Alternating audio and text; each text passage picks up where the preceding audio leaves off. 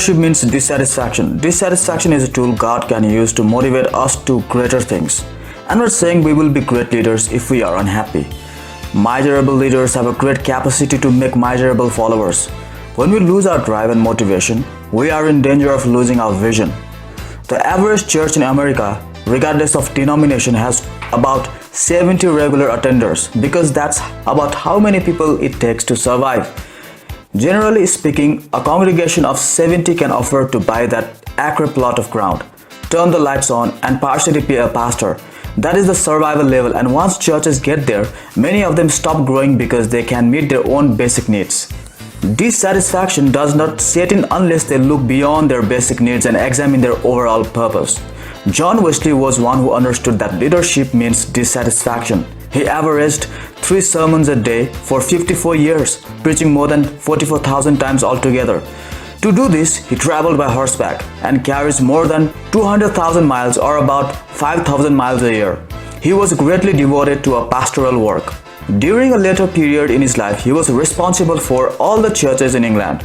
To get his work done, he rose at 4 every morning and walked solidly until 10 at night, allowing brief periods of meals.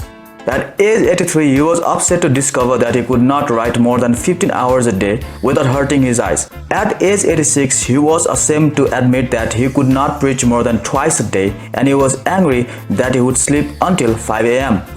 Charles Spurgeon was known as the Prince of Preachers. Like Wesley, he was not satisfied with just being a great orator. He had a passion for the work of God, and he was never satisfied with the number of souls that he had won. At age of 30, he preached to 5,000 people at Metropolitan Tabernacle, and he still wasn't satisfied. He was once invited to lecture at a university where all of his expenses, his wife's expenses, and his personal secretary's expenses would be covered. And in addition, he would receive $1,000 per lecture over a 50-day period. Spurgeon, however, turned down this offer, suggesting that instead of taking their $50,000, he would stay in London and attempt to win 50 souls for Jesus Christ. We have been talking a lot about the Apostle Paul, a man who was not satisfied and was not about to quit as he pressed toward that high mark. But there are other men and women in the Bible who were driven to greatness by dissatisfaction with their present conditions. Nehemiah was fairly well off as the cupbearer for the king in the royal court. He was surrounded by luxury, but he was willing to leave all of that to go back and help people rebuild the wall of Jerusalem. Or consider Esther, the queen who chose to risk death in order to rescue her people from suffering. Joshua and Caleb could have settled for the wilderness with all of the other people, but they were unwilling to settle for second best. Why live in the wilderness when you can live in the land that flows with milk and honey? Moses could have stayed in the Pharaoh's court and enjoyed all the pleasures and riches of Egypt, but he chose to lead his people out.